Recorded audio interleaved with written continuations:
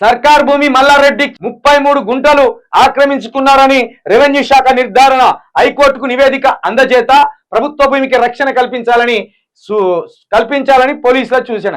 నీ 100 ఎకరాలు కబ్జా పెట్టిన అక్కడ మొత్తుకుంటా అంటే 33 గుంటలు పట్టుకొచ్చింలే. కొండందేవి ఎలుకను పట్టినట్టు కొండంతా రాగం తీసి ఏదో పాట పాడినట్టు ఈ 33 గుంటలే కబ్జా చేసిన పట్టుకొచ్చింది. బీఆర్ఎస్ ప్రభుత్వం ఉన్నప్పుడు మల్లారెడ్డి మీద ఎన్ని రకాల ఆరోపణలు వచ్చినాయి. 100 ఎకరాలు కబ్జా పెట్టిండు కోంపెల్లిలా, మేడ్చల్ పరిధిలో కోంపెల్లి సరౌండింగ్ లో 100 ఎకరాలు కబ్జా పెట్టిండు. దాన్ని లీగల్ గా పట్టా చేయించుకున్నారని మల్లారెడ్డి మీద ఒక ఆరోపణ వచ్చింది. అయితే దాంట్లో ఎంత మతలబు ఉన్నది తెలుసా? ఈ మల్లారెడ్డికును మైనంపల్లి హనుమంతరావుకు లొల్లి ఎక్కడ వచ్చింది అనుకుంటున్నారు? 100 ఎకరాలు కబ్జా పెట్టిండు అక్కడ. ఆ 100 ఎకరాలు కబ్జా పెట్టేటప్పుడు ఈ హనుమంతరావు కూడా ఉన్నాడట.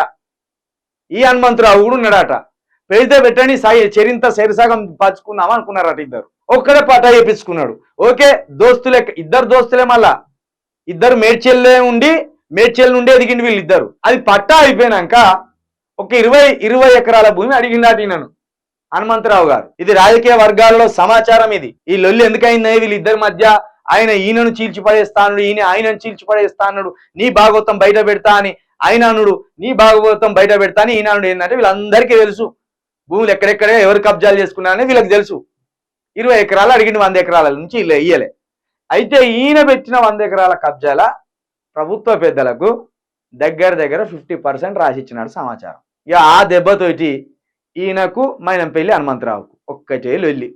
ప్రభుత్వ పెద్దలకు రాసిచ్చును, నాకెందుకు రాసి. దాని మీద తిట్టుకునే తప్పించి ఎవడు ముందుకు పోయలేదు. పోయి కోట్లేసిలా అందరు దొంగలు బయటపడతారు. ఎవడెవడు ఉన్నాడు దాని వెనకాల అందరు బయటపడతారు. కాబట్టి ఏం లేదు, స్టేజీల ముందరికి వచ్చి కెమెరాల ముందరికి వచ్చి అక్కడ వాడు 100 ఎకరాలు కబ్జా పెట్టిన, ఇక్కడ వీడి 20 ఎకరాలు కబ్జా పెట్టిన, ఇట్లా చెప్పుకునేదే తప్పించి దాని మీద విచారణలు ఉండవు, దాని మీద ఎంక్వైరీ ఉండదు.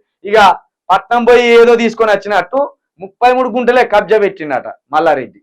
గంత పెద్ద వార్త తీసుకొచ్చింది.